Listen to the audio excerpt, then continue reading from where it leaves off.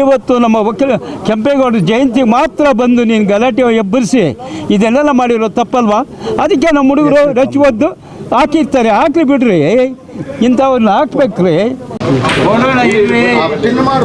ಈಗ ಇವ್ರ ಮೇಲೆಲ್ಲ ಈಗ ನೀವು FIR ಹಾಕಿದ್ದೀರಲ್ಲ ಸುಮ್ಮೋಟ, ಆ ರೀತಿ ಅವ್ರು ಯಾರು ಸ್ಟೇಜ್ ಮೇಲೆ ಇದ್ದಾರೆ ಅವ್ರ ಮೇಲೆ ನೀವು ತಗೊಳ್ಳಿ.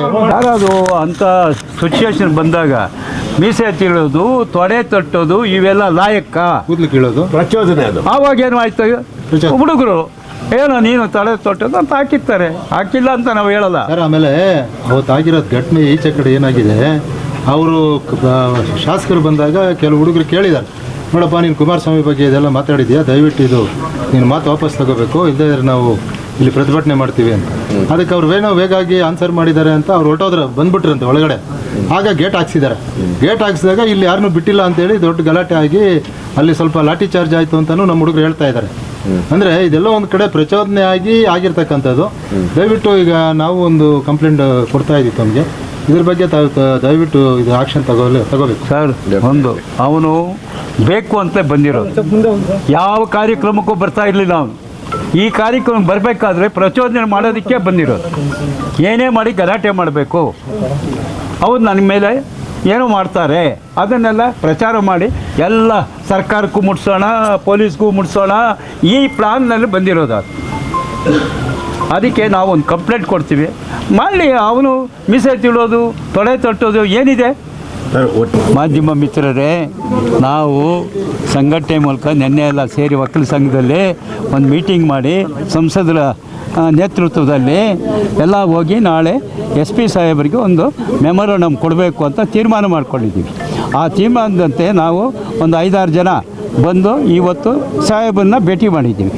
ಎಲ್ಲ ವಿಷಯನೂ ಹೇಳಿದ್ದೀವಿ. ಎಲ್ಲ ಪ್ರಚೋದನೆ ಮಾಡಿದ್ದೆಲ್ಲ ಪ್ರದೀಪ್ ಈಶ್ವರೇ. ಅವನು ಸುಮ್ಮನೆ ಹೋಗಿದ್ದಿದ್ರೆ ಯಾವ ಗಲಾಟೆನೂ ಇರಲಿಲ್ಲ. ಅದು ಬಿಟ್ಬಿಟ್ಟು ಮೀಸೆ ತಿರುಗಿಸೋದು, ತೊಡೆ ತೊಟ್ಟೋದು, ಈ ಕ್ಷೇತ್ರದಲ್ಲಿ ಯಾವ MLAನೂ, ನಾನು 50 ವರ್ಷ ಸರ್ವಿಸ್ ಆಗಿದ್ದೇನೆ ರಾಜಕೀಯದಲ್ಲಿ, ಯಾವ MLAನೂ ಈ ರೀತಿ ನಡ್ಕೊಂಡಿಲ್ಲ ರೀ. ಹಿಂದೆ ಎಲ್ಲ MLAಗಳನ್ನು ನೋಡಿದ್ದೀನಿ ನಾನು.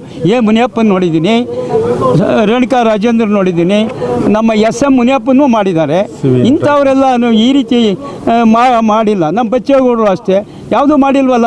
ಈ ರೀತಿ ತಲೆ ಕೆಲಸಗಳು ಮಾಡೋದು, ಫಂಕ್ಷನ್ಗಳು ತಪ್ಪಿಸ್ಕೊಳ್ಳೋದು. ಇವತ್ತು ನಮ್ಮ ವಕೀಲ ಕೆಂಪೇಗೌಡರ ಜಯಂತಿ ಮಾತ್ರ ಬಂದು ನೀನು ಗಲಾಟೆ ಎಬ್ಬರಿಸಿ ಇದನ್ನೆಲ್ಲ ಮಾಡಿರೋ ತಪ್ಪಲ್ವಾ? ಅದಕ್ಕೆ ನಮ್ಮ ಹುಡುಗರು ರಚ್ ಒದ್ದು ಹಾಕಿರ್ತಾರೆ, ಹಾಕಿ ಬಿಡ್ರಿ, ಇಂಥವ್ರನ್ನ ಹಾಕ್ಬೇಕ್ರಿ. ಇವನು ಪ್ರದೀಪ್ ಈಶ್ವರ್ ಮೇಲೇ ಕ್ರಮ ತಗೋಬೇಕು. ಅವನು ಏವನ್ ಮಾಡಿದ್ದೀವಿ, ಏವನ್ನೇ ಮಾಡಿ ಅವನ್ನ ಅಂತ ಹೇಳಿದ್ದೀವಿ. ನೋಡ್ರಿ, ಸರ್ಕಾರ ಇದೆ, ಅದಕ್ಕೆ ಕಾಂಗ್ರೆಸ್ನವ್ರ ಮೇಲೆ ಕ್ರಮ ತಗೊಂಡಿಲ್ಲ ಅಷ್ಟೇ. ಅರ್ಥ ಆಯ್ತಾ? ಇವನಿಂದ ಅಲ್ಲ ಕ್ರಮ ತಗೊಳ್ಳೋರು, ಇವನಿಂದ ಇವನು ಹೇಳಿದ್ರೆ ಕ್ರಮ ತಗೊಳ್ತಾ ಇರಲಿಲ್ಲ. ಅದರಿಂದ ಇರಲಿ, ಸರ್ಕಾರ ಇರೋದ್ರಿಂದ ಎಲ್ಲ ಕಡೆನೂ ಅವರು ಮಾಡಬೇಕಾಗಿತ್ತು, ಮಾಡಿಲ್ಲ. ನಾವು ಮಾಡಿದ್ದೀವಿ. NDA ನಮ್ಮದು ಅಲ್ಲ, ಈಗ ತಗೊಂತಾರಲ್ಲ. ಹೌದು, ಇವಾಗ ಕ್ರಮ ತಗೊಳ್ಳೋದಕ್ಕೆ ಹೇಳಿದ್ದೀವಿ. ತಗೊಳ್ಳೋದಿದ್ರೆ ಒಂದು 10-20 ಸಾವಿರ ಜನ ಸೇರ್ತೀವಿ, ಪ್ರೊಟೆಸ್ಟ್ ಮಾಡ್ತೀವಿ. 100% ಅದನ್ನೇ ಮಾಡೋದು ಅವನು.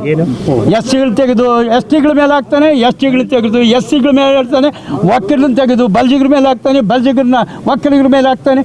ಈ ರೀತಿ ಪ್ರಚೋದನೆ ಮಾಡಿದೆ ಅವನು. ಕುಲ್ಗೇಡಿಸ್ತಾ ಇರೋ ಈ ಕ್ಷೇತ್ರನ ವ್ಯವಸ್ಥೆ ಕುಲ್ಗೇಡಿಸ್ತಾ ಇದ್ದಾರೆ ಅಂತ. ಹೌದು, ಈ ಕ್ಷೇತ್ರನೇ ಕುಲ್ಗೇಡಿಸ್ತಾ ಇದ್ದಾನೆ ಪ್ರದೀಪ್ ಈಶ್ವರ್.